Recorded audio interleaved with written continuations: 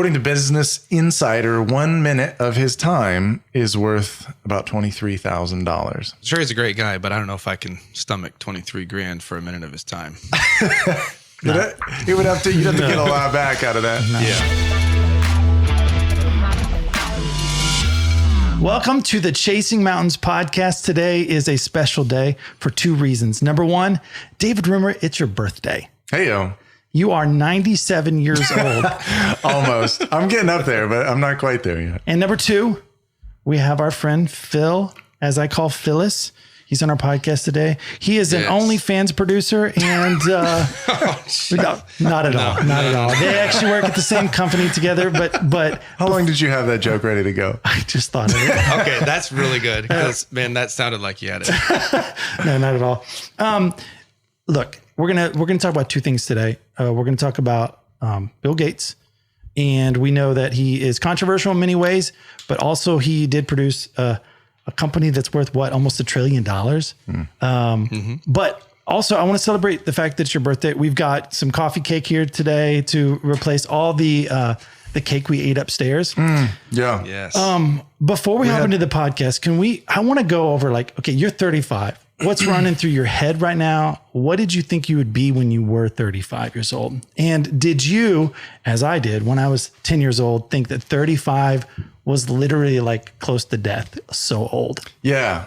Yes. A lot of questions, but yeah. So as a kid, when you watch, we might as well, let's get into this LaCroix.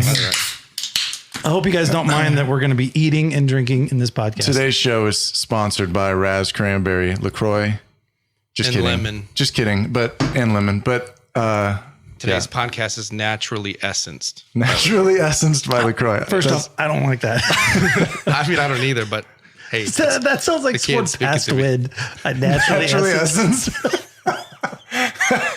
I might be naturally essencing later after LaCroix and cake. But I would say, to answer your question, when Bobby's sorry, Bobby, this podcast went south really quick. When you're a kid and you watch anything out of Hollywood, they would have you believe that high schoolers, seniors in high school, are the smartest people alive. You got Veronica Mars, if you remember, if you watched that show with what's Kristen Bell. She was the smartest person in the entire town, solving all these crimes. Yeah. And every adult was the stupidest thing that you'd ever seen. Yes. Generally speaking, in most kids shows, the adults are stupid. So you have this idea that I'm going to have it all figured out when I'm a senior in high school. And then you realize, no, actually I'm quite stupid at that moment in life. And then you get a little older, college, not, you do some great things in college, but also a lot of people do some stupid things in college. Yeah. But I feel I'm 35. What I feel like now, what I find myself thinking is that I continue to surprise myself, but in 2 very different ways. There are days that are really good days, and I'm like, wow. I just realized through spitting out a bunch of, good quality information at work or in conversation with people. I'm like, oh, I really I know a few things. I'm an adult. I have a little bit of wisdom that's stacking Something's up. stuck in your brain. Yeah. That's good. But then there are other days when I surprise myself with how much of a kid I still am. Yeah. And I just feel man, am I ever going to get to a point where I'm graduated into true wise adulthood? I don't think I'm going to get there. I think it's good that you recognize that you're still a kid to some extent, because I think one of the most important things as we grow up is that we forget how to play. And it doesn't necessarily mean we still kick a ball around the yard or anything like that, or play with dolls or whatever. It's just the adult, you get so focused on work and you get so focused on getting older, and then you forget how to play, and that keeps you young. And I think that also helps you learn and grow as you get older too. Well, Phil is also in Dave and Ilea's band. And he's a very talented singer and a guitar player. And so when you talk about still and bassist, sort of by accident, and he plays bass at church all the time. Thank you. He's a lead worshiper. Oh, that's not the right word. Worship leader. Worship leader. Yeah. And Phil's also an engineer. So a lot of engineers, I would say, almost don't have that childlike personality at all, where they're creative, they're imaginative. And so I think that's something, Phil, that you're right. A lot of times as an adult, At least they don't have the reputation for that. Like maybe you can weigh in on that, but I would say like, I've been an engineer my entire career. So 10 years at same company that you work at, Dave. And you're right. Like the stereotype does hold some water that you are typically they are creative, but in an incredibly almost increasingly narrowly focused way. It's like, I'm very good at being creative with this very, very, very specific thing that they do at work. But that doesn't necessarily spill over like into the rest of their personality, into the rest of their life. Right. And so I think that my father-in-law is an engineer. There you go. That's all I know. Yeah. And he's a great man. He's very funny, but like it's an engineer joke. Yeah. Like, and I would just say that is something that creative people, I feel like we're attached a little more to like kind of our childhood, our creativity. Yeah. And I don't know, Dave. I mean, like when you come to the point of being a 35, I was 35 a while ago, 4 years. Hey-yo. What ran through your mind? You mean like just about me being 35? You like what, happy? You sad? You in a weird contemplative, like what went through your brain? You know what? I have a 10-week-old now. So the day of my birth is like the furthest thing from my mind at this phase of my life. Right. You know, I'm still sort of in that like baby bubble. Yeah. And so, yeah, that's been an interesting transition, you know, because I feel like you had kids pretty late in life. Mm-hmm. Late? He's not that old. That did sound like I'm like 90. I'm saying like, yeah, I was 30. I have 30, a newborn. So 30, like, how old were you? Hold up. I'm 39. I had to think about how old I was. That's how old I am. Because I had to think about, I'm 39. First off, I would never have guessed that. And I've known you for how old do you think I am? How many years have we? I think I've known you for 6 or 7 later years. in life, it still stands. Later in life. How old later than me, maybe later than you. I need to think. How old did you think I was? Older? I think I would have said like 30. So you're 35. I would have said 37. Oh man, I'm almost still older than me. So, but when I was 12, I thought 40 was like, like you might as well like prepare for like burial. Like I thought you were so old at 40. Wait, 40. So you just had a kid at 34. That was your first child. Yeah. So I was 35. I was 35. And with your first child, though, was when? 27. Yeah. So you were younger. You're so stupid. Yeah. Your kids are wonderful though. So it's like, thank you. But yeah, to answer your question again, like I'm not, it's interesting to be a father now. I think that changes, it sort of like realigns some things and changes the perspective where like age is not so much the factor. It's like sort of what are like my milestones in life. Right. And so, yeah, I feel a little bit older, more responsible, I think partly because of that. I proud of you though, because like I met you when you were 25 years old on set for the first time. And for those who already heard this, I apologize for saying this again. And Phil, thanks for burping away from the microphone. I appreciate that. But yeah, I met you when we were on a video shoot and someone did not show up. Have you heard this story? Your video shoot. It was a video. Think so. Okay, I had a video shoot. We were producing some competition video, and the guy who was the main character bailed. Number one, because he wasn't getting paid. And number two, it was like a work day. So he's not taking off work. Anyways, he bailed. And So hold on. So they needed someone dumb enough to not get paid and to take off of work. So continue. Oh, there you go. So I asked Eileen, I was like, look, I need someone just kind of good looking for this part. Do you know anybody? And she's like, well, I do know this guy, Dave, from work. And I rolled my eyes a bit. She's like, I do know someone who is just kind of good looking. Yes, I do know someone. And she wasn't interested in you at the time? Oh, she was. That's why I rolled my eyes, because I knew my sister. And when she said, he's kind of good looking, I said, yeah, whatever, that'll work. And so he shows up. I walk up to Dave and I said, Dave, I'm Jacob. Good to meet you. Here are the girls. And the girls grabbed him, took off his tie, started slapping makeup on him. And within 10 minutes, he was on film. And I don't know, I didn't think that 10 years later we'd be great friends on a podcast. You'd be my brother-in-law. My niece is upstairs. You're married to my sister, you know. 100 video shoots later. 100 video shoots. 1,000 video shoots later. I worked for you. Yeah, you worked for me, and it's just it's cool. I think I feel blessed, and I think both you guys feel blessed with our lives, and I'm proud of you. I think that at 35 years old, you're a respected man. You got a lot of friends. You got a lot of family here today. That's why Phil, we talked him into being on the podcast today. Everybody was here for his birthday party. That's okay, but if we have time for the story, so that's basically how our entire relationship, with both of you, has I forgot about yours. been. Yeah, has always been, because the story. Which story are you telling? How we became friends. Phil, right, please tell. Okay, so lean into the mic just a little bit so I can hear. Yeah, sure. Yeah. So this was 6-7 years ago, I think. It was before Kale was born. Okay, so let's say 7. The dates are fuzzy, but we had gone to a local concert, just my wife and I, my wife Becca.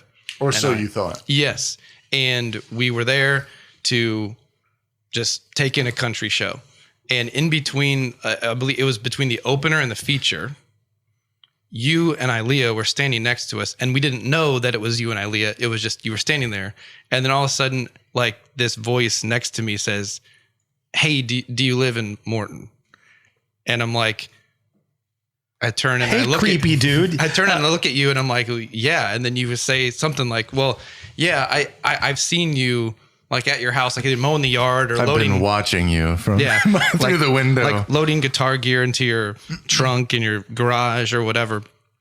And it turns out that you lived in the apartment complex across the street from where our house was. Which I was frequently loading guitar gear into my trunk. So I thought it's, I was like, mutual interest, maybe. Interesting. So and Ilea's horrified that you would just like turn to a complete stranger at this show. Right. And we've been friends ever since. That's it was not long before we ended. Way I know. To meet. And then it wasn't like 5 minutes later and we're ending up in one of your videos. That's right. Like, and we've What was the video that you were in first? So we were Love Be the Loudest. Oh, was that the home free video shoot? No, that was the next one. Love Be the Loudest. Love Be the Loudest. That was that Christian singer. Yeah, like we had Kale, like the entertainment, I think. Yeah, it was mostly downtown Peoria, like kind of walking up and down. All about that video. Yeah. Wow. Yeah. Alex did some crazy like splashing paint like on the. That was that video that he was in. I have a terrible memory, and we've done like 1,000 videos since then. But we did. Then the biggest one was the home free one it was like all day Becca and I like aging.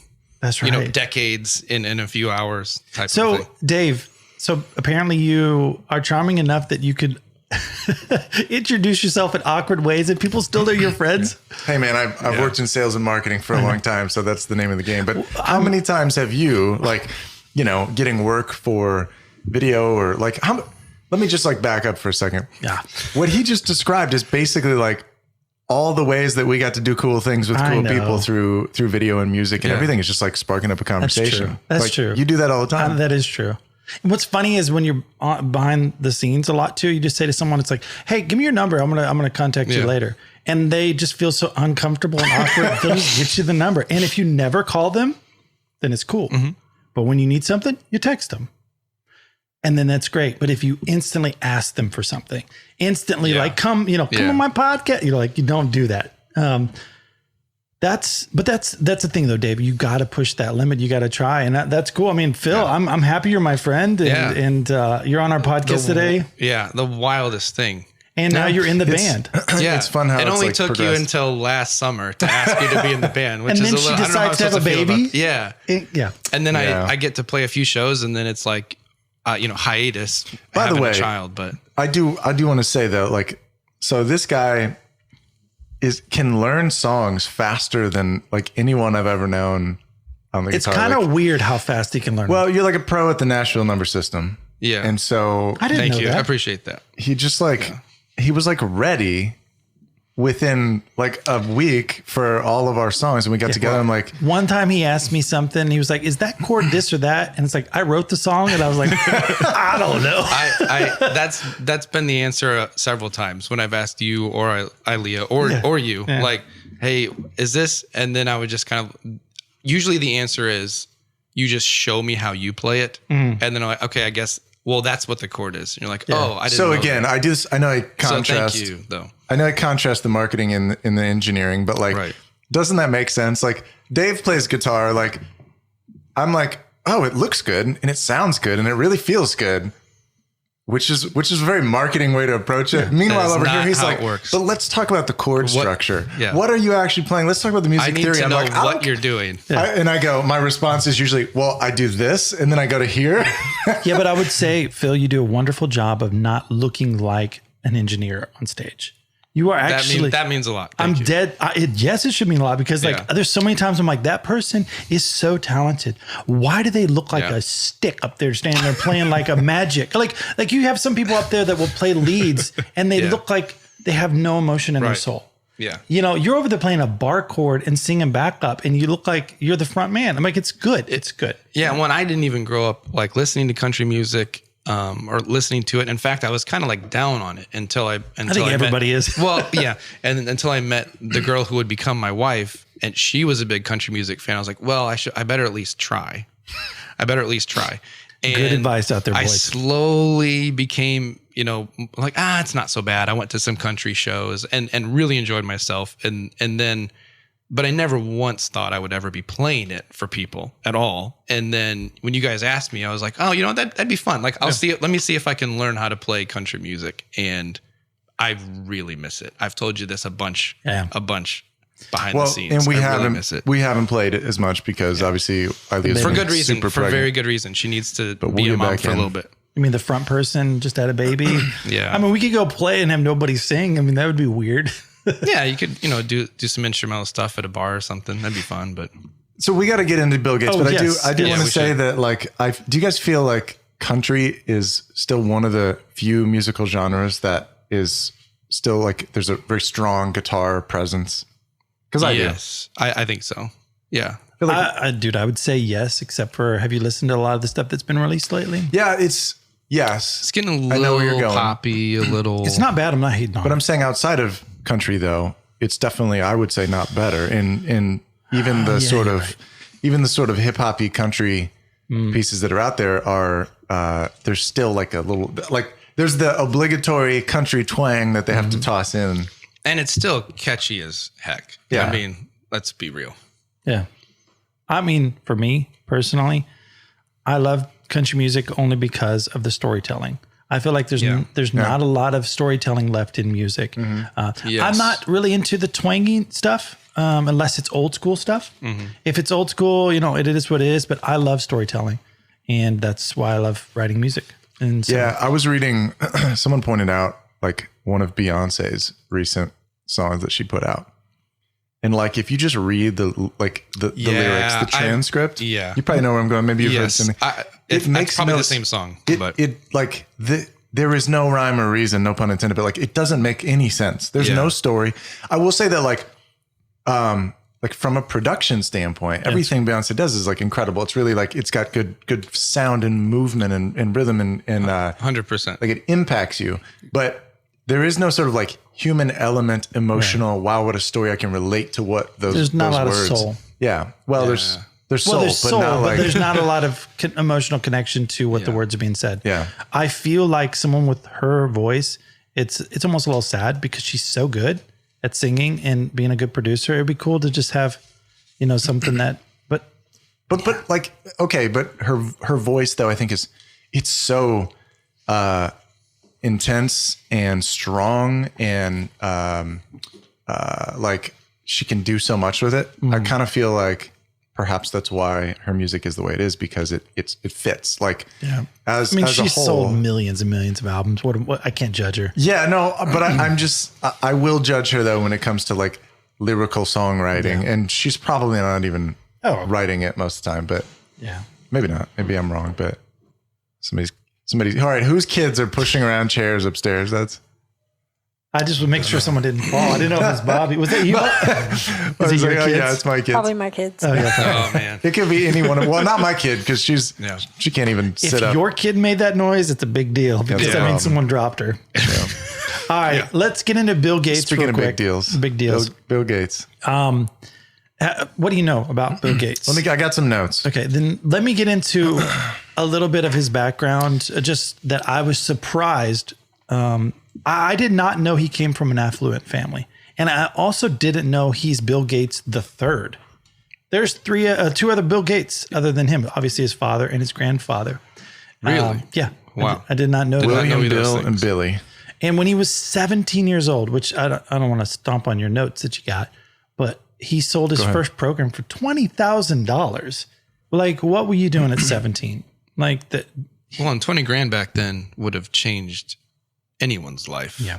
At 17. I mean, that's way too much money to give a 17-year-old. I think he had to split Right? it with his partners, but Oh, at the same okay, time, okay. first off, it goes back to even like Elon Musk. He was young enough to understand you can make money off of this. It's even though Right. it's zeros and ones, you're talking about a time when there was no DOS. Right. There was no, terminal that you can log into. It was paper Right. that you punched holes in, and depending upon what you did, outcome results. And they were smart enough to actually It was figure that out. basically just math. It was back math. then. It was just like a giant calculators doing math. There were no like screens with cool images on them, or like they might have been doing complex analysis, but it was really just math. It was math. Talk about being pioneers. Yeah. So, I mean, hop into your notes. I was just blown away that Yeah. like originally it was like paper that they were working on. So I want to start just kind of introducing him. We're going to talk money. So since 1987, Bill Gates has been included in the Forbes list of the world's wealthiest people. From 1995 to 2017, he held the Forbes title of the richest person in the world every year, except from 2010 to 2013. Was that when I was on the list? Yeah, there you go. Yeah, no, I don't think so. So yeah, from 95 to 2017, he was the richest person in the world, except for those 3 years. Wow. In October 2017, he was surpassed by Amazon founder and CEO Jeff Bezos, which we've talked about, who at the time had an estimated worth of 90 billion. So actually, the details are important. Estimated worth of 90.6 billion, when Gates' net worth at the time was 89.9 billion. So just like didn't blow him out of the water, just enough to A little bit of rounding. Yeah. Little. that could be, I would be really happy with that little bit of difference right yeah. there. It's a lot of money. if I was Bill Gates, I would have probably just like sold off like a house or two just to like Yeah. Just Nothing else. just stick a it to him. handful of more options awards there probably is what happened. So as of August of 22, Gates had an estimated net worth of 117 billion, making him the fifth richest person in the world. According to Business Insider, 1 minute of his time is worth about $23,000. So far in this podcast, we have spent a lot of Bill Gates' money if he was Yeah. listening. I'm sure he's a great guy, but I don't know if I can stomach 23 grand for a minute of his time. You'd have to get a lot back out of that. No. Yeah.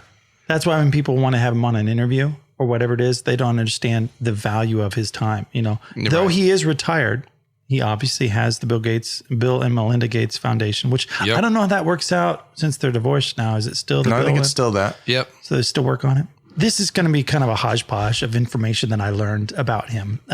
It's interesting to me. And this goes to show he actually is a business pro.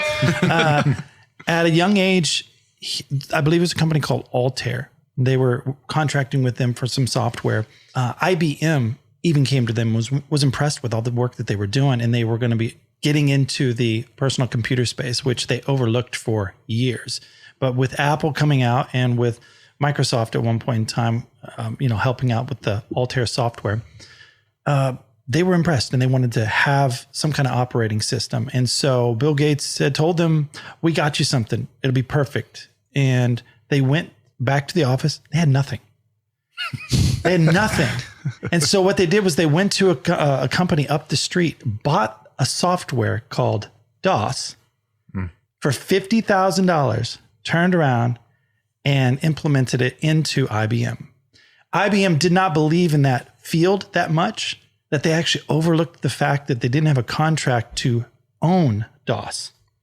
So here they were developing and producing a software for IBM, who quickly could have came in and said, we're going to own the IP and we're going to pay you this much. And most people would have been like, yes, sir, we're happy for the money. Right. Yep. They then had to turn around and pay Microsoft a percentage every single computer sold going forward, because they didn't expect that all of a sudden everybody's going to have a PC in their home, which made them worth hundreds of millions. And it's interesting at such a young age that they saw the opportunity to like pounce on something. And though they didn't create it, they knew to buy someone out. Yep. And I feel like that is a great business move. Sometimes you don't have to create it. Yep. Sometimes you can just acquire it or hire the people on to create it for you. Because a lot of times the most valuable thing is the connection. Yes. Not the asset. It's the connection with that person. It's like there's so many people that have a nicer video gear than I do, but they don't have the connection to be able to call someone up at Warner Brothers and land a deal. It's just another form of capital allocation. Yeah. But I mean, not a lot of people know how to do that. I think. Most people don't know how to do it very well at all. No. And he was ruthless. I didn't realize how ruthless he was. They said he was incredibly competitive at a young age. And oddly enough, didn't get along with authority, and was sneaking out of. Now, most kids are sneaking out and going to parties, drinking or hanging out with women. He was sneaking out and going to the college campus to play with the computer.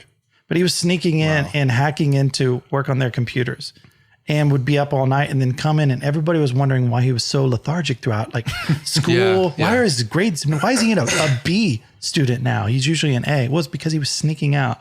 And it got so bad that the company that owned the server that was renting it out for, I think it was like $20 or $40 an hour back then, which is a lot of money.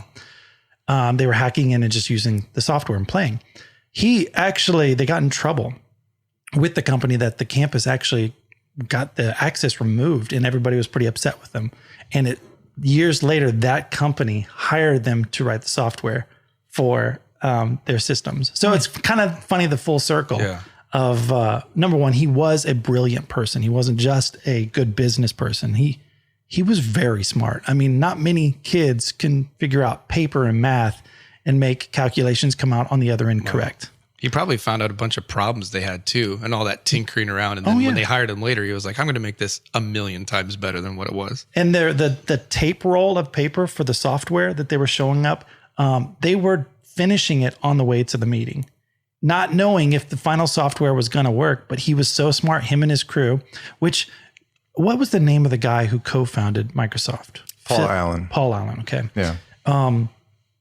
He was one of the buddies that was working with him. And I was just impressed that not only did they not verify that the software worked, they're just punching codes in literally on the way to a meeting. And I feel like we've done that too many times too, where it's just like, I don't know, we'll see if it works. Well, it also depends too on who you're meeting with. I mean, if you know more than they do about the thing that you're about to discuss, maybe you can afford to take enough of a risk like that. Like, maybe it'll work, maybe it won't. But if it doesn't, maybe we can weasel our way out of it. They don't really know what's going on.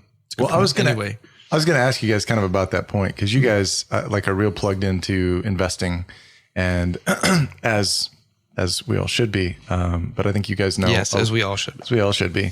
You guys really know your stuff.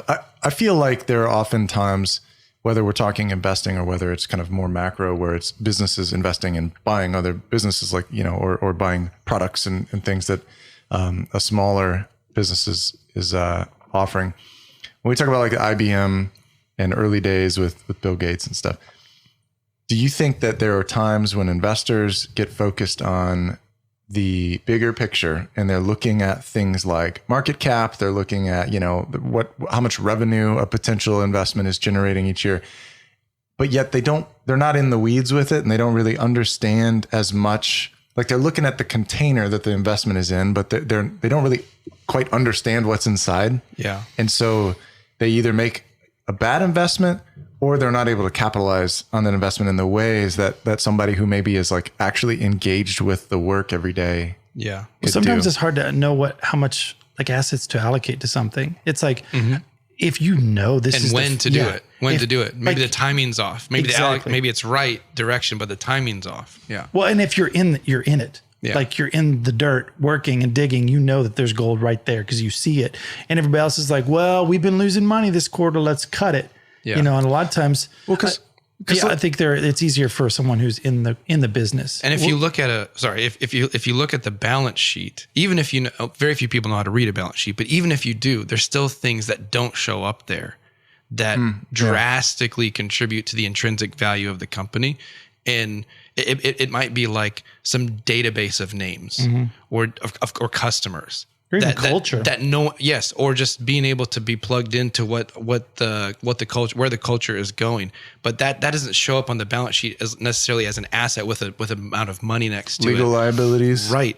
So most people in the market might say, well, that company looks decent, but it's like, oh no, but there's this other thing that they have that you can't put on the balance sheet, or it's not in any sort of it's not on the website, but it's something that they have and they're not hiding it. It's just not obvious that they have it.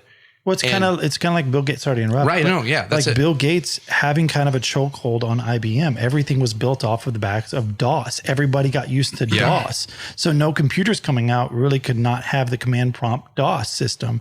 And then later on, obviously they came out with Windows, which they stole, which we'll talk about that later. Do you have any more like facts you wanted to read off? Yeah, it's more like kind of what's going on currently though. Okay. So maybe we wait. But that's what I guess what I was talking about is you mentioned that IBM was almost overlooking the opportunity that was inherent in what Bill Gates was doing at the time and DOS and all these things. But he saw it as like, hey, there's a future here. So I'm going to get a royalty essentially. Like I'm going to set that up to where I get a royalty almost every time. Yes. Yeah. Right. Thank you. Well played. Yes. He's got the hang of it. Here's a question for both of you guys, because I've not worked in a large Fortune 100 company like you guys have. I've almost not yet. You'll be running one day. It's fine. Probably.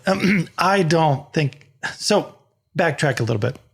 The reason why I feel like a lot of these massive machines can't pivot quite like a small company can, and it looks sometimes like they're overlooking the obvious. Yeah. Like how could IBM not look at the maybe 100 million people that could buy a computer within the next 10 years and they overlooked it? Well, just because the person at the top sometimes making the decisions, sometimes they're so removed from like the normal everyday, and these big machines are like a massive tractor. They can't always just stop on a dime like a bicycle can. I feel like for you guys, how many times have you thought we're doing this wrong, but you cannot do anything because people 3, 4, 5 above you are telling you what to do? Like, do you feel the chokehold is what I'm asking? I'll start. Go ahead. I would say, because the question of are we doing this wrong is potentially more consequential in engineering, maybe. But from a marketing standpoint, I would say, again, I go back to somebody at a macro level looking at the container, but not really understanding what's inside.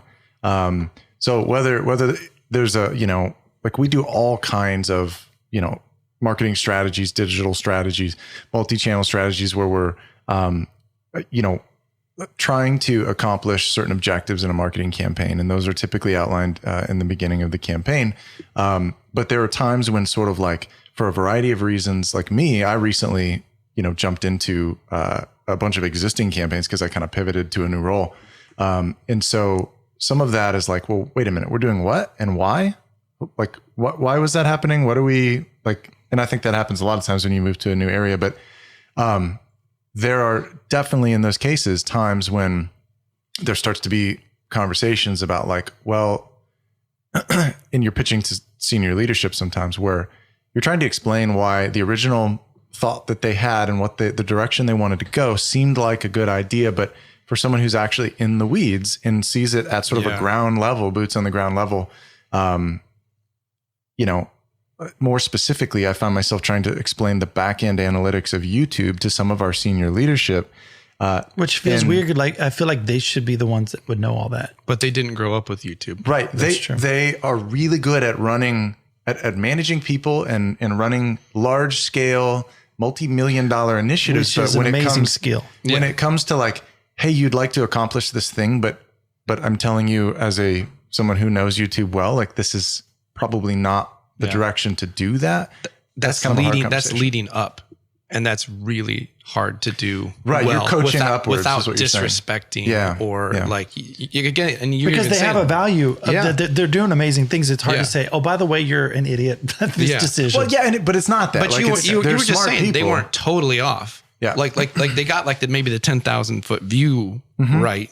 But maybe the execution of it was maybe not quite in the right direction. It's like, hey, there is a better way or a more efficient way to do this, or this is actually how YouTube algorithms work. Then do you think with like Microsoft, or excuse me, IBM, they were looking about the hundreds of millions they were making in servers, making them for universities, massive corporations, and they were seeing the money and seeing that, oh, well, we made $1 million on personal computers and they maybe just didn't want to allocate any time. Right. So that's kind of the direction I was going to go is I've spent, you're on the sales and marketing side. Sorry. I always say sales and I should never say sales. Lead generation. But marketing leads to sales.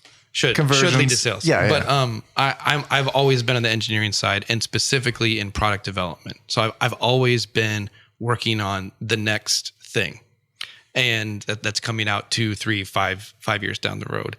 And there have been many times where I'm like, I don't know, like, should we be making this thing? Like, I'm not, who's going to buy it? I'm not sure. And to be fair, I'll take care of that, Phil. I'll make sure they buy it. Right. So, okay, well, fine. But like, are we going to get a return on our investment? I don't know. And to be fair, like you, I don't have all the inputs that the people at the top might have to say, well, and sometimes we do thankfully get some of these top-down meetings where they kind of explain like, hey, here's this big initiative, here's this big project, and here's why we're doing it. And then you get a little bit more information like, oh, that makes a little bit more sense. But I would agree. There's definitely been times where I felt like I'm not sure. And you can go back and look at the history. There's been some products that have flopped that like, oh, here's a gap in our product line. Let's fill it. And then when you get to you start to go down that road and it's like, oh, wait, there's not really a market for it. Yeah. Whoops. Well, that gives an advantage for the small guy. Because I mean, Microsoft at one point in time was not the juggernaut that it was. I mean, at one point in time, they were excited they made $100,000 in a year. So when people think about, I'm wanting to get into a market, but how do I go up against the Apples, the Googles, you name it?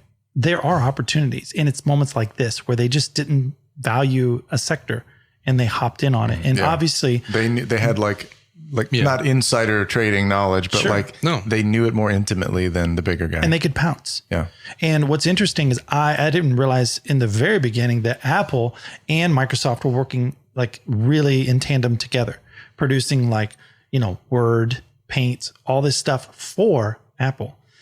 At one point in time, obviously Apple acquired the GUI system, the graphic user interface system from, I believe it was Compaq or one of the printer companies. I can't remember. Another company that doesn't exist anymore. Yeah, unfortunately. Oh, ouch. Yes.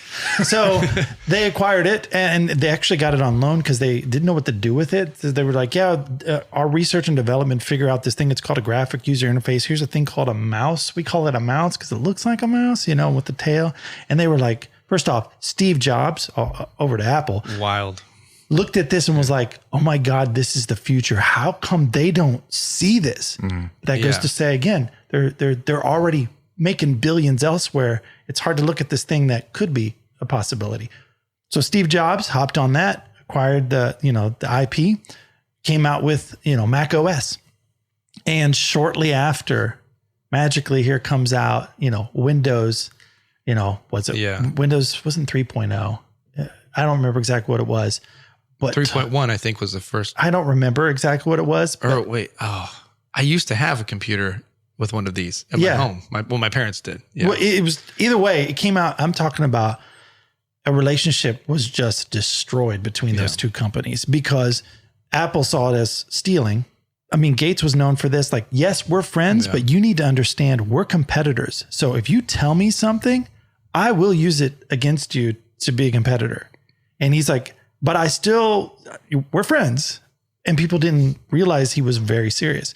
And so after a long battle, I mean, for God's sakes, Apple was going to take him to court. But they were so integrated with Paint, Word, Excel, all these things that their basically fan base, which Apple has a fan base, they couldn't pull out. And so they basically just settled. And now, Apple was focused on hardware and software.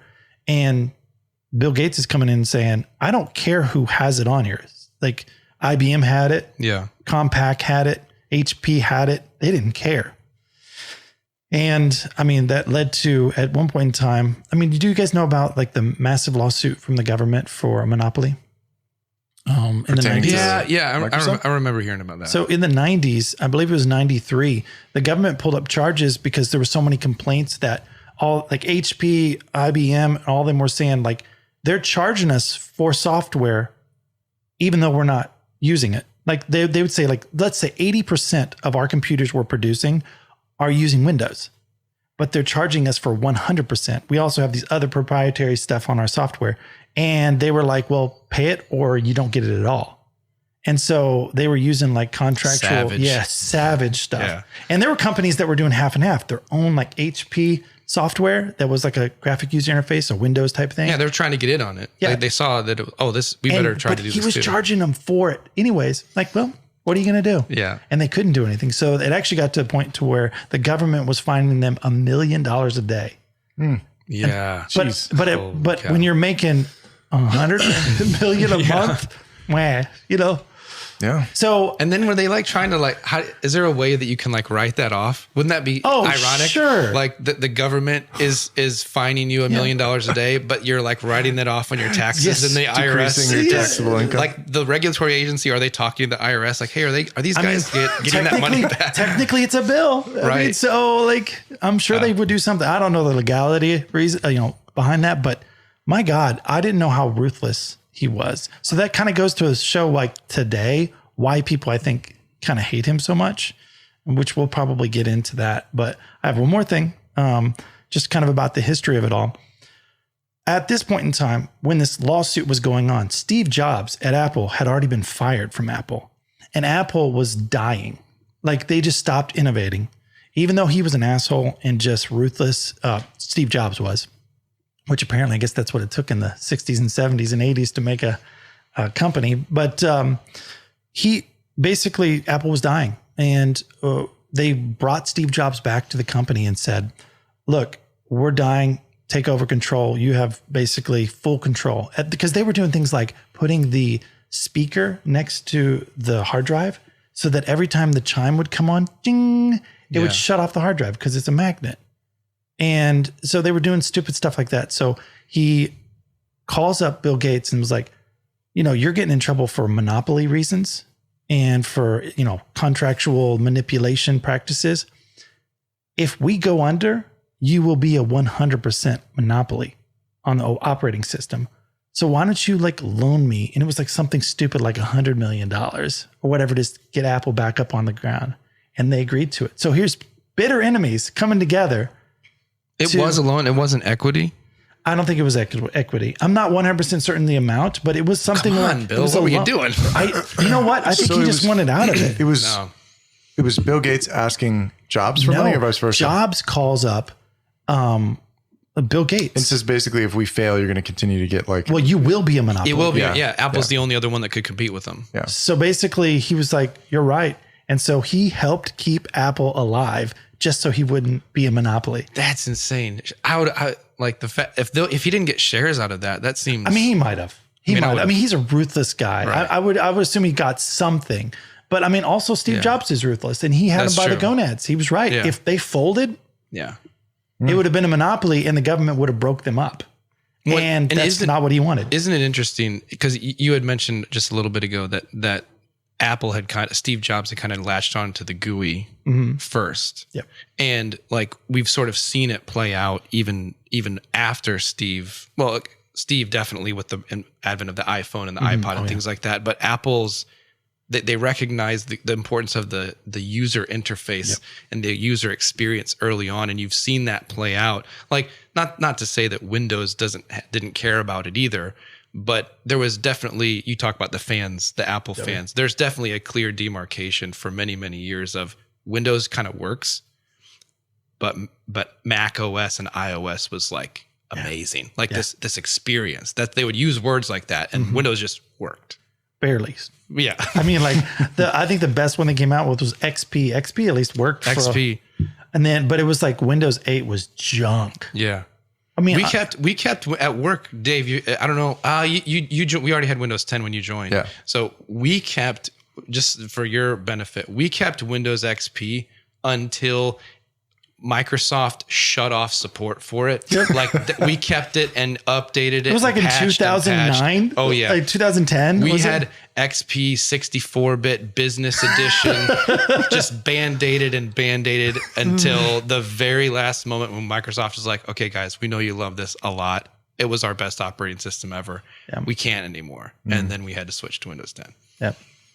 Well, interestingly, I know I keep sort of hyping on this, but like, with what I do and the people I work with, there's actually quite a few Apple products like within our team because of what we do. Creative team. A lot of times it's clunky working on a PC. Sometimes I do it when I do my renders because a lot of times the Apple stuff, it just can't handle it.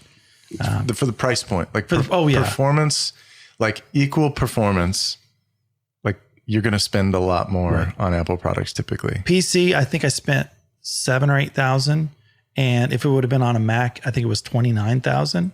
So I mean, there is a difference. And for me, I'm not a big company, so that was a big difference, and so I bought it. Why do people hate Bill Gates so much? Man, that's the question. I honestly want to know. I mean, I have my theories and I know why. I personally I don't like him or dislike him, but I know people like hate him. Like so conspiracy theory, he's eating children. I mean, you go whichever direction it goes. It's crazy on the internet. So what caused this? What caused the world to take this guy who's been giving away 10 plus $20 billion to charities, helping people in Africa, to all of a sudden he's a villain? Well, I want to first say that I'm probably not the best David to answer this question. We at some point are going to have Dave Little on here, all of our mutual friend, who's going to probably get in deep. He's probably going to laugh at us at this part of the podcast. He's like, God, you're such fools. Sheep.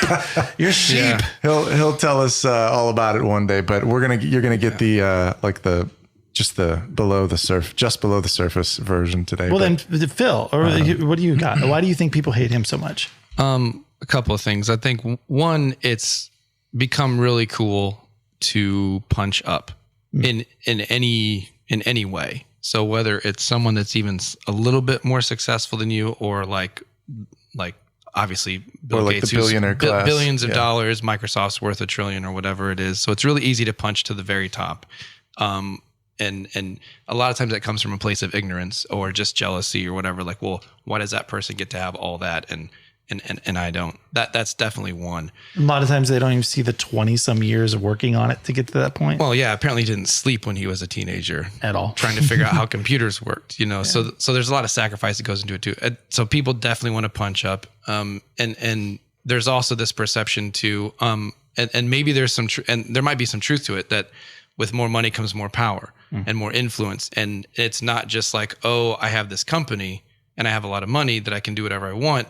Well, that whatever I want part is the scary part, because now that money can start flowing to government agencies, or that can flow to other companies, or that can flow to other organizations that may or may not have like my best interests in mind. Mm-hmm. Right. So real quick, as a child, his favorite game was Risk. And Risk is about world domination. And people said he slaughtered everybody in that game at a very young, very young age. So coincidence? I mean, he's made some comments in interviews in the past about reducing the world population by one way or another. He's very, very pro-vaccine, and that's a very hot button topic with a lot of people. But is the vaccine going to harm you down the road or not? Are you talking specifically like COVID or just any vaccine? Yeah. He's been very pro-vaccine for a long time, even before COVID, and so that type of stuff. But then you have the charitable organizations, so it's kind of looks good, but then it's like, okay, well, what is that? What are they really doing? So I had a hard time finding conspiracy theory stuff on him on YouTube, because it kept coming up of why. The suggestion posts were like, why the conspiracy theories are wrong, why this is not happening, why this Bill Gates is a hero. And it was like, this feels really fact checking. It felt like. But you bring up a really good point though, because that's what my question would be, is like, listen, dude, like I know you've got all this money, you've got this charitable organization that's been doing apparently really good things for many, many years. Like just do that. Yeah. Like, why do you have to be? And that thing, I think that's where a lot of the source of the skepticism can come from, is like, hey, like, it's awesome that you're super wealthy and you're giving it all away. Why do you have to like preach at us on these and like tell us how the world needs to be? Just go make it better and don't talk it's very about preachy. It. Yeah. So like counterpoint, if you are like the Bill and Melinda Gates Foundation largely focuses on, I think, AIDS, malaria, and a couple other really problematic diseases in Africa, a lot of work that they do in Africa. And so very central to like who they are as a nonprofit, as an organization is vaccinations. And so I think that's partly why he very quickly became like a central figure in this COVID conversation, is because that's what so much of his personal wealth and nonprofit wealth has sort of centered around since like kind of into this new phase of life for him that is not so much, Microsoft. Yeah. But so it does make sense a little bit like, well, let's have this guy who's built so much of his life around, inoculating against these deadly diseases. And so, but that, like in the midst of those conversations though, he has given like some uncomfortable answers. Right. And I think that Bill Gates suffers a little bit from the whole Mark Zuckerberg personality where it's just, because people say like Zuckerberg's like a lizard person and all this stuff. Like you've got Bill Gates, who's a little uncomfortable just as a human. And then like you contrast that with like a Steve Jobs, who's this charismatic, like funny, relatable, clever leader who, gets great results. But they're two like very different people, I think, to have a conversation with. And so he's a guy like in this space of COVID-19, like you said, where there's just a lot of distrust of these big entities with lots of money throwing it at the problem. And it's kind of like, well, hold on a second. Because a lot of also, and I apologize for interrupting, but a lot of the really, really wealthy people were also investors in like the Modernas, the Johnson and Johnsons. And so a lot of people started asking the questions of that, and with Bill Gates, I know that a few years earlier, he had given a TED talk about how we're not ready for a worldwide pandemic.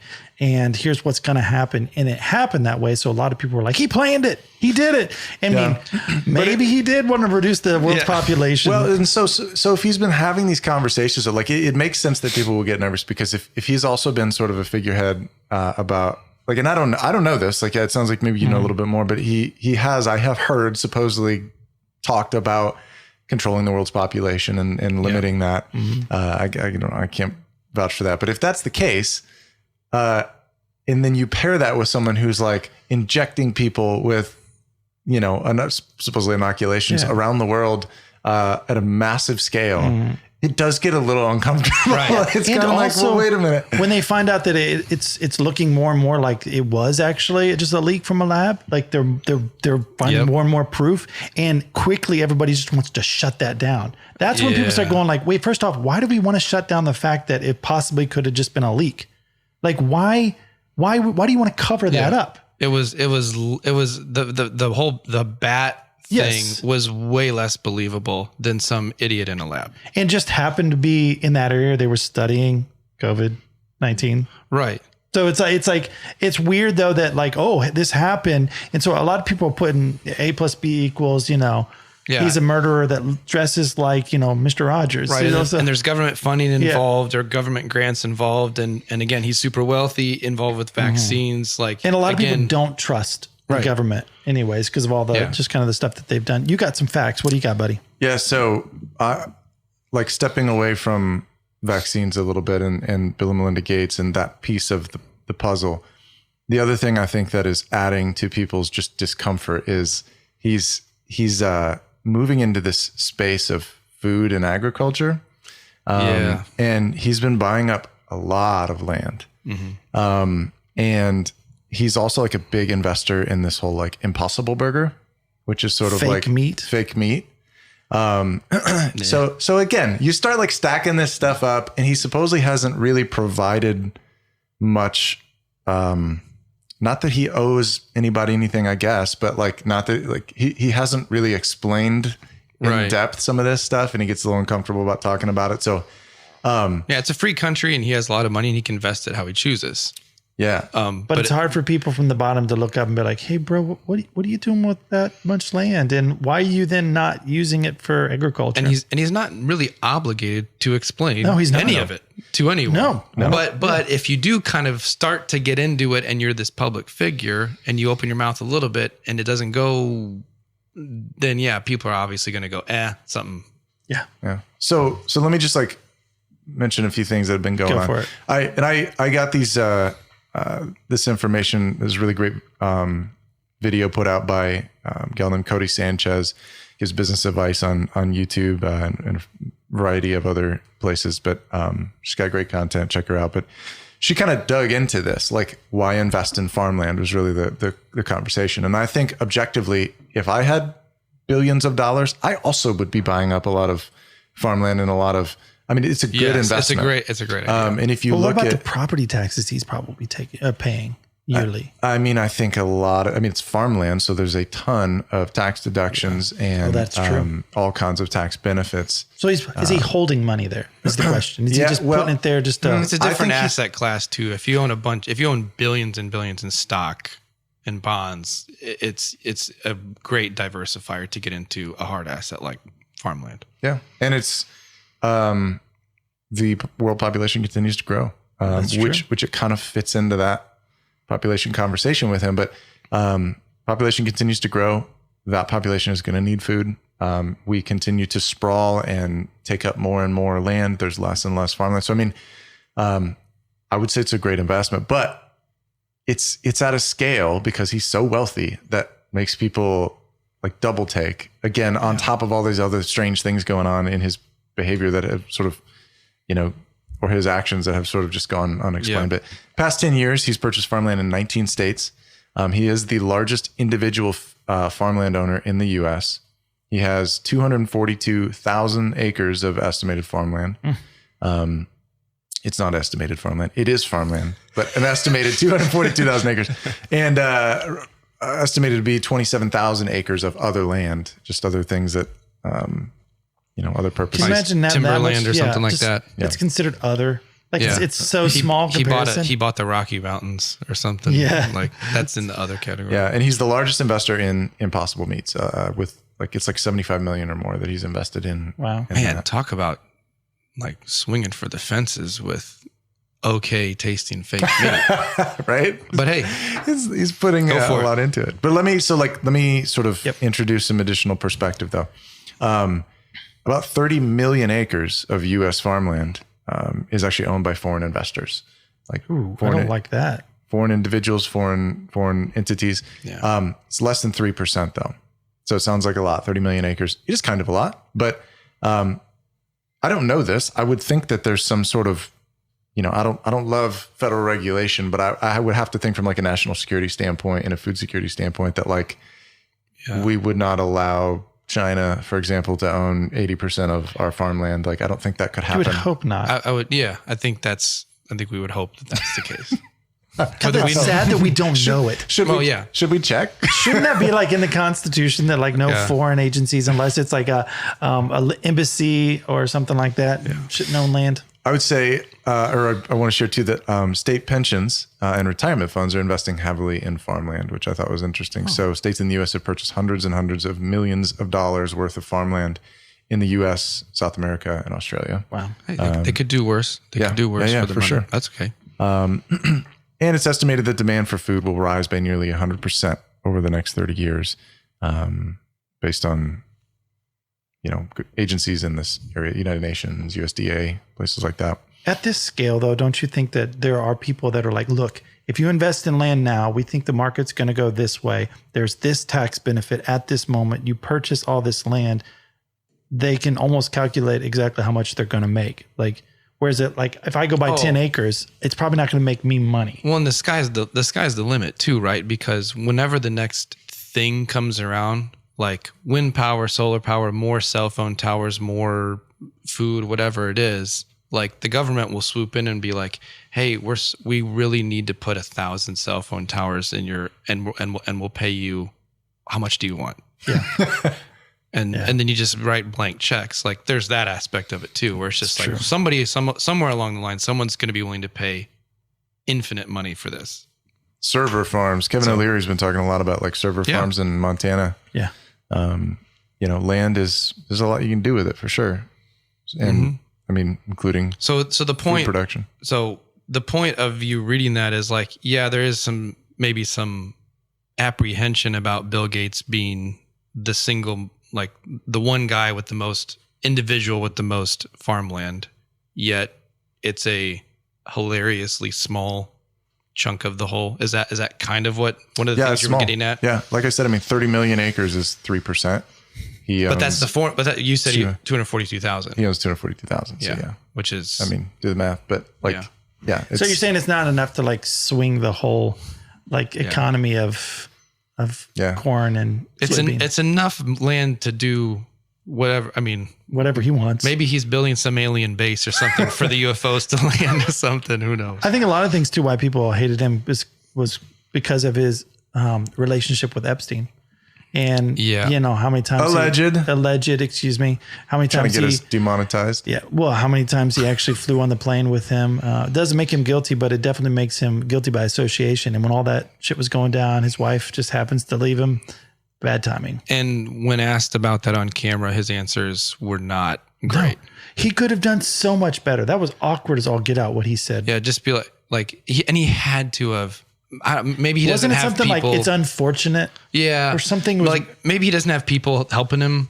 Maybe he's at that stage where he doesn't have people helping him. But if he did, it would have been like, "Hey, buddy, just before we go, they're going to ask you." Yeah. And when that question comes, we're going to say these words. Okay, can you repeat after me? Yeah. No. Instead of yeah, don't deny it so poorly. You know what I mean? Yeah, it was weird how he responded. I don't remember exactly what it is. Maybe we'll put it in right here what he said. But I don't know, man. I think he's done a lot for society, but it's part of his legacy now that there's a part of the culture that just doesn't really like him, even though basically the world runs on Windows, most of it, and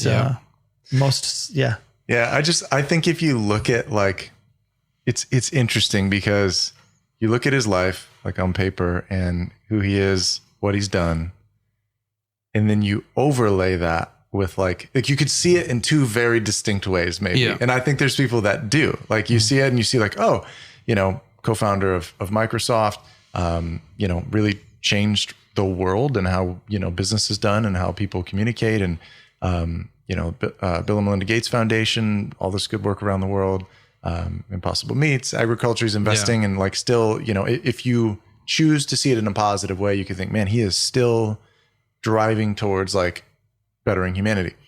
But it's really easy to like overlay this perspective on all of that. That feels very, I've said it before about Elon Musk, but feels very like Bond villain a little bit. Which I don't know if we did the best of jobs explaining the conspiracy theories out there.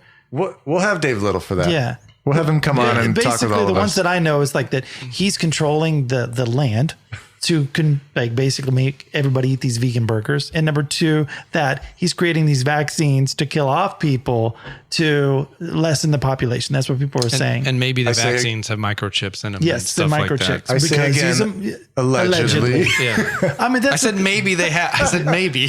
But that's the thing, though, is like it sucks because like whether anything that's happened or not, when you're out there trying to do anything, you're always going to have a subset of people who are basically going to say, he's the devil. He's a lizard person. I saw his eyes, you know, twitch in a weird way. He's an alien, you know, like no matter what in society, I do feel like what he did did change the world. And there's not many people who have done that in the last, 70 years. Well, and let's think about it too. Maybe as realistic and fair as we can be, but maybe in the most positive light. So like to do away with the conspiracy stuff for a second. He spent his whole life. Fun. Oh, I know. This might be fun too. He spent his whole life building this company into this insane thing and became impossibly wealthy, the richest man in the world for many years. And then he retired. And yes, he has this charitable foundation, which is taking some of the time and the finances and stuff. But at the end of the day, that money just made him more of what he already was. And so you have this brilliant but kind of nerdy kid who apparently didn't sleep very much. And he changed the world with computers and Windows and all that stuff. And now he has billions of dollars and not a company to build. And so he's like, now what? And so now it's a bit of now what? And he's used to tackling these world changing problems, but he's still kind of he's like any of us would be. He's sort of a bit of a bumbling idiot, a very smart one maybe, but a bumbling idiot with a lot of money trying to solve a much bigger problem than Microsoft. Microsoft was a very small problem compared to world hunger and disease. And I want to make humanity better. Before, he was just trying to make computers to turn this, to like revolutionize how we did things. Yes. But like now he's like directly trying to answer this question. How do I just make humanity better? How do I make the world better? And I have all this money to do it. And, you know, even under the best circumstances, he's going to kind of fumble around while doing that. And nobody likes someone who's controlling the puppeteer. No one really likes the puppeteer. And when they, not saying he is, I'm just saying like when you start to feel like someone is behind the stage pulling the strings, you start to get like, what, you start to ask questions. It has to be evil, right? It has to be. Yeah. Yeah. Well, you think it is. Your mind always thinks it is. Yeah. Yeah. You're saying like pessimism is the easier path. Well, I think it's what makes such great movies. Like, I mean, just to go back to it, like every James Bond movie involves an impossibly wealthy, like billionaire brilliant guy who's, who is doing something like what we've described here tonight, either like trying to create food or inject humans with things or like, so. And they haven't made that movie yet. So they made Facebook and they did Apple, but they haven't made Windows yet. They haven't made No, he will not let that happen. I guarantee you. There you go, Jake. There's a film project for you. Yeah, I'd get assassinated by before it was published. That I do believe. Yeah, I just think like it's such a juicy story. It is so easy for us to go there of like thinking that, it must be that he's evil. It must be, but I think that's a wise point, Phil, that you make, that like he has spent his life tackling enormous, impossible problems at a huge multi-million and billion-dollar scale. So why wouldn't he continue that? Jake. Yes, sir. Who would play Bill Gates in the movie that you're going to make? It's going to be called Windows. Cast? It'll be called Windows. Who is going to play Bill Gates? Well, I'm going to cast you. As Bill Gates. As Bill Gates. As young Bill Gates. As young Bill Gates. I don't think I look very good. You don't look anything 60. Like him. Okay. But whoever's going to do it probably will be assassinated. So I'm just kidding. No, I don't know. If you wanted to win an Oscar, though, because I can't act like that. Oh, man, I don't know actors and actresses very well. So I wouldn't know who would. Phil, that's not fair. You were in Aaliyah's recent music video, My Baby, and you acted very well. Well, thank you. But But that was not a technology role. Who would look? Who looks like him? I guess I'd first off start with who looks like him. What about Michael Cera? Who's Michael Cera? That's a good call. Yeah. Who's Michael Cera? Juno, Superbad, right? Superbad. Actually, perfect. He would be perfect for him. Yeah. He does look like him. Why did you think of that? Did you have that locked in there? I don't know. Why are you asking me that question? Because I'm not the casting agent. Yeah, but you have stolen onto movie sets in the past. Yes. You have shot videos, films before. Mm-hmm. I have not. I've only contributed in a small way to like 3 or 4. And so I think Michael Cera has kind of like I think he could do it. Especially with the way CGI is now. If you had to age him, that's true. Although that would turn it into that would be interesting because he's more of a comedy guy. Mm-hmm. I know Bill Gates doesn't really like to be written about, especially in a negative way, and he has the power to make sure advertisement doesn't go certain places, and people are afraid of making someone alive. Yeah, and they're telling their story. I think you could give him I think you could be objective enough about it. I mean, you've demonstrated that in this conversation alone. I would love to do a documentary on him because at the end of the day, still he changed society. Yeah. And I would love to adventure into why people believe the way they believe about the conspiracy theories. And then, don't get me wrong, I love a good conspiracy theory, but you got to convince me to get on board. I'm not one that just believes everything. And also, I don't seek out conspiracy theories. Yeah. I got too much shit in my own life to take care of. I don't have time to think about, if someone is a lizard person or not, That's why you just assume everyone I'm is. with you. I'm with you there. I halfway think we're in a simulation anyways, so I don't care. I just want to play my game and do a good job. Well, if you're going to do a documentary then, and you do some reenactment scenes, then yeah, I guess I sign up for Bill Gates. That's fine. Yeah, but you can't make fun of him because you'll just, I'm sure, disappear. I wouldn't make fun of myself. I remember He's not writing the scene. He's just in it. That's true. Yeah. You I joke about going missing, but I was just in the Bond movies. The person is just, I can't remember the movie. But anyways, like any reporter who writes that story, they go missing. Or like in Star in Trek, danger. whenever they beam down to the surface of a planet, if any guy that's wearing a red shirt, he's automatically not going back. It's so Is that how it works? Oh, yeah. Oh yeah. red- curse of the red shirt? Star Trek, the original. Like they didn't even hide it. It was Yeah. just like, he's going to die in this episode. like the William Shatner, Leonard Nimoy, like that went in the beginning of every episode, just about. That's why in the Next Generation, Yeah. when they had like number 1, which was the second in command, was in a red shirt, everybody was like, whoa, what's going on here? Why? Yeah. Red shirt's not shirt. good. Enough that even like Family Guy, The Simpsons, they make fun of it. Like, who would have known? I never knew this. Because you're not a nerd. Nobody told me. Well, maybe after the podcast we can binge watch a few episodes of Star Trek, the original series. All right, have you watched the series? Every single episode. Me too. How did I love not that know? stuff. I love it. What? How have we not talked Bobby about too. Starbucks? She's over there. Star Trek. have you talked You to have too? Have you talked to my wife about it? Because she's a huge Trekkie. Bobby, What? you're Trekkie. She's yeah. named. Are you serious? The name Ilea comes from Yeah. which movie? yes, Which Star Trek movie? The motion or the motion picture, yeah. The first movie. Yeah. Yeah. The first one? bald-headed, Okay. Bald-headed alien yeah. number 7. Yeah. Yeah. Whoa. Yeah, it was. I have My son's name is Riker. No, I okay. Is it all What? coming to get Ilea, Riker? So are we gonna have him Okay, back hold sometime on to a have like a Star Trek episode? Yeah. Wow. Yeah. Our whole family is like really big Trekkies. No way. Yeah. I never. I I can't handle it anymore. Well, we got to wrap this podcast up. We've been going for an hour. Phil, thanks for coming and being on the podcast last minute. Thanks David, a lot, guys. We're just happy like, do you want birthday. to? Thank you. Yeah, we're just like, hey, celebrate Dave's birthday. Also, Phil, we're gonna podcast now. You want to come downstairs? Yeah. I love it, man. Dave, So thanks for that. We love you.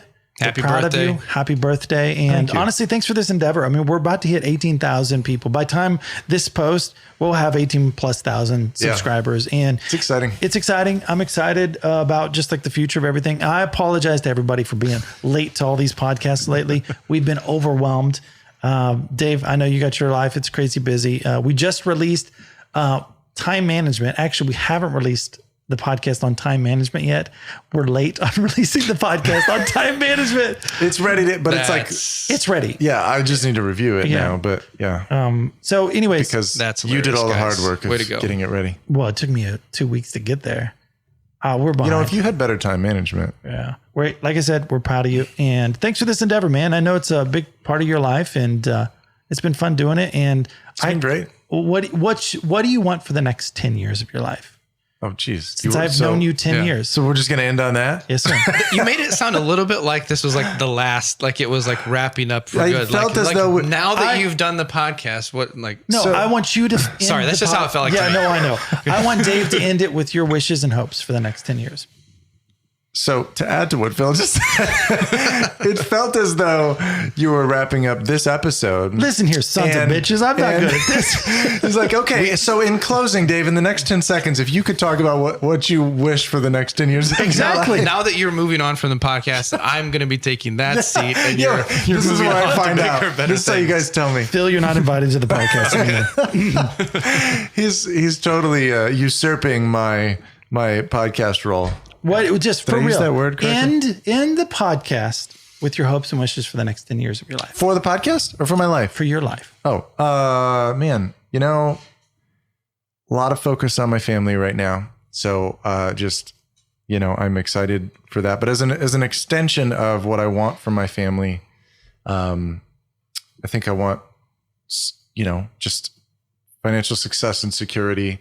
I think that, you know, we have had so many conversations about, you know, growing businesses and the different endeavors that we're pursuing either publicly or privately. And, you know, there's some exciting things happening now that 10 years from now, I hope are huge. And so, yeah, my hopes for the next 10 years are just I hope to work hard. I hope to, you know, have drive and to stay motivated. And I have been surprised. You've always told me that like having kids is motivating. And I feel like, I 100% agree with that. And I think it's partly because you suddenly realize like how finite time is, like I don't have forever to get it together. I don't have forever if this is going to happen for me, like success on a large scale, like that the window of that is closing partly just due to like time value of money. Like if you become a millionaire at 22,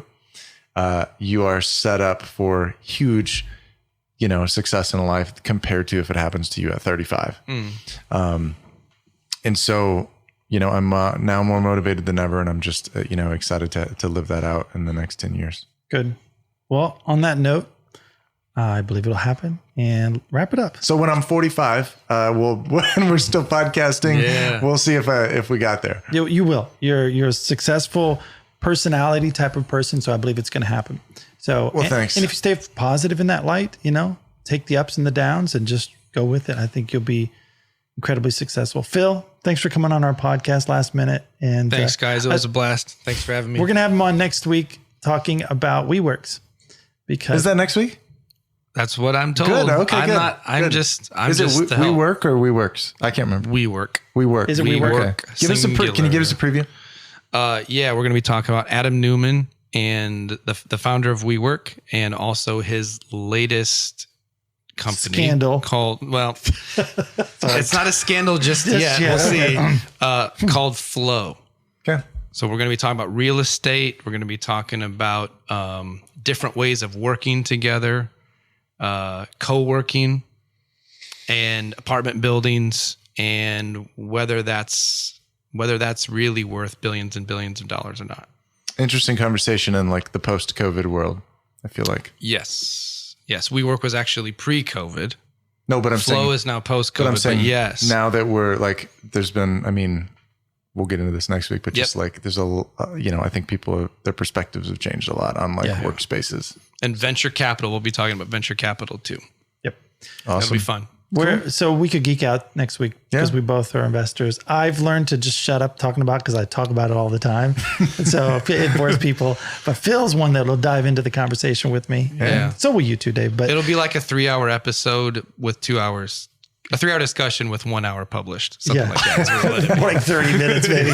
So this podcast went long. Dave, like I said, we love you. We're proud of you. And I'm so happy that you're in my life. And I look forward to the next 10 years of, you being my brother-in-law. So thanks, man. Appreciate that. Yeah. Wrap us up. All right. Well, thank you guys. Appreciate it. I want to look at our 3-person camera, but Phil, thanks so much. Phil Schaefer, going to have him back. This was a lot of fun. Thanks for celebrating my birthday with me. And we're the Chasing Mountains podcast. Make sure you like and subscribe. Comment below if you have any Bill Gates, good Bill Gates conspiracy theories, I guess, right? Yeah, give us some links in the description. I want to go deep. Educate us. And we'll come back on this one. Yeah. So, we'll see you next time. Thanks, guys. Yes, thank you. Bye. The thoughts and opinions on this show do not reflect those of our advertisers, employers, or other affiliates. The content should not be considered legal or financial advice. The Chasing Mountains podcast is a production of Chasing Mountains Media. Copyright 2022.